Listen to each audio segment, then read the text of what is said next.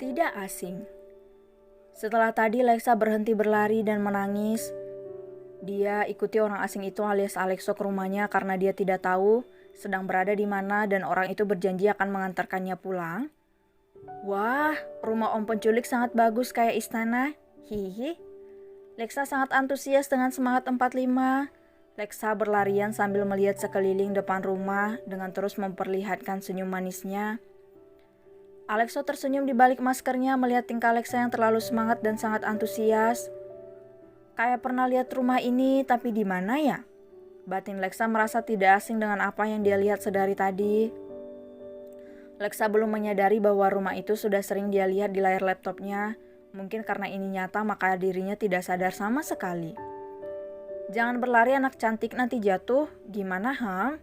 Ucap Alexo tidak ada nada dingin ataupun datar di dalam ucapannya itu. Lexa tidak mengindahkan ucapan Alex dan terus saja berlari hingga memasuki rumah itu. Anak ini tidak ada takutnya sama sekali masuk rumah orang. Gumam Alexo sambil geleng-geleng kepala merasa lucu, juga kesal berbarengan dengan tingkah putrinya itu. Tiba-tiba Lexa menabrak seseorang karena tidak memperhatikan langkahnya. Saat masuk ke dalam rumah hanya melihat sekeliling saja karena rasa kagumnya.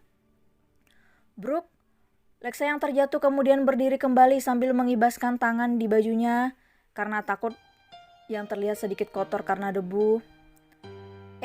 Maaf nenek cantik, tadi Lexa nggak sengaja karena terlalu senang. Ucapnya pelan setelah melihat orang tua yang ditabrak sangat cantik sambil tersenyum menggemaskan. Iya, tidak apa-apa.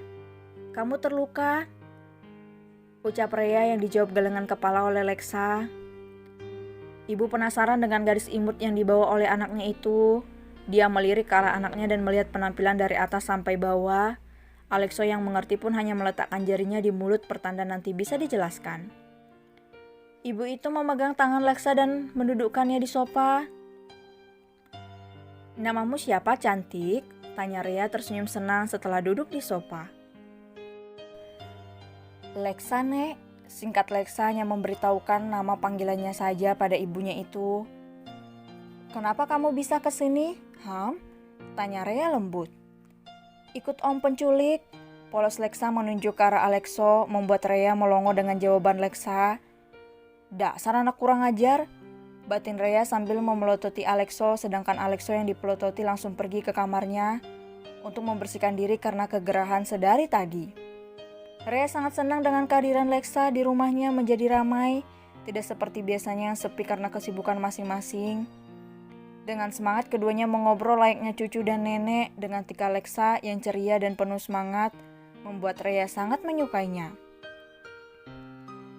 Rhea mencari Lexa di sekeliling taman sendirian, sambil mengusap air matanya dia menangis, anak kesayangannya menghilang. Rhea bingung harus bagaimana sedangkan kalau melapor polisi membutuhkan waktu yang lama. Akhirnya Rhea kembali ke tempat Alex berada dan mengajaknya pulang. Setelah sampai di rumah, Rhea mengantar hanya sampai depan pintu. Sayang, apa kamu mengerti apa yang harus dilakukan? Tanya Rhea karena memang Alex lebih paham daripada Alex adiknya itu. Iya, Mommy, Alex mengerti. Singkatnya. Sayang, masuk dulu terus kunci pintunya. Mommy mau mencari adikmu.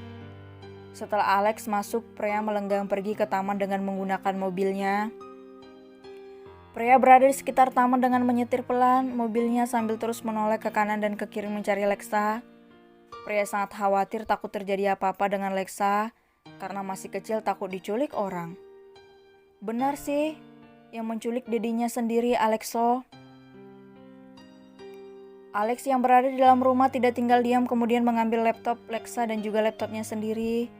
Alex mulai membuka kedua laptop itu secara bersamaan dan memulai mengetik sesuatu secara bergantian. Setelah beberapa saat, kemudian Alex melihat gambar Lexa yang ternyata berada di rumah sang dedi. Jadi dia membawa Lexa ke rumahnya, gumamnya pelan. Cih, dasar tidak peka, deci Alex. Pria sesegukan, dia keluar dari mobilnya dan mencari di gang-gang kecil yang berada di sekitar taman. Mungkin Lexa tersesat, pikirnya. Namun nihil, tidak ada Lexa dimanapun dia cari. Pikiran pria sudah berada di mana-mana, ketakutannya semakin menjadi saja. Pria duduk di sebuah kursi karena lelah, sambil terus menangis membayangkan tadi putrinya menangis. Pasti rasa bersalahnya semakin tidak terbendung. "Sayang, kamu di mana, Nak? Maafkan Momi," gumam pria mengusap pipinya yang basah. "Maafkan Momi." Hiks, Momi bingung harus menjawab apa karena memang Momi tidak tahu siapa daddy kalian, ucap pria pelan sesegukan. Tanpa pria sadari ada pria parubaya yang rahangnya mengeras marah. Dengan pelan pria itu mendekati pria yang sedang menangis dan duduk di sampingnya. Pria tidak peduli, dia tetap saja menangis. "Apa yang Nona lakukan di sini sambil menangis? Ada yang bisa saya bantu?" tanya pria parubaya itu dengan tenang. Pria tersadar mengusap air matanya, kemudian menoleh ke samping serta menggelengkan kepala. Pria tidak ingin merepotkan orang lain, apalagi dia tidak mengenalnya. Pria parubaya itu seperti mengerti akan maksud dari gelengan pria. "Saya bukan orang jahat, Nona. Saya akan bantu Nona semampu saya," ucap pria parubaya itu untuk meyakinkan pria. Pria diam, dia masih ragu untuk meminta tolong pada pria parubaya yang baru saja dia ketahui. "Nama saya Diarta, kamu seumuran dengan anak saya yang bungsu. Nona mengingatkan saya pada anak saya jika sedang menangis." Sambil menyodorkan kartu nama, pria mengambilnya dan melihat tulisan kartu tanda pengenal itu sambil membacanya. "Diarta Deluxis, seperti tidak asing," pikir pria. "Apa Bapak bisa dipercaya?" yang hanya dijawab anggukan oleh Diarta. Kemudian pria menceritakan semuanya dari awal sampai di mana dia tidak bisa menemukan putrinya dimanapun. "Nona bisa menghubungi saya, nomor telepon saya sudah tertera di kartu tadi. Saya akan menyebar anak buah saya untuk membantu Nona." Pria mengangguk, mengerti dan pria memberikan nomor teleponnya. "Bapak bisa menghubungi saya di nomor ini," ucap pria menyodorkan secari kertas kecil ke arah pria parubaya itu. "Baiklah, saya pergi." Pria parubaya itu kemudian pamit setelah menelpon entah siapa. Pria kembali mencari Lexa di sekitaran tempat itu.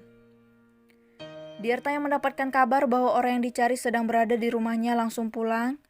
Setelah sampai, dia langsung masuk dan melihat ternyata benar berada di rumahnya. "Antar anak itu pulang sekarang," dinginnya.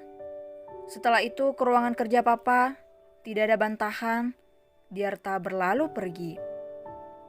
Semua orang yang berada di ruang tamu kaget.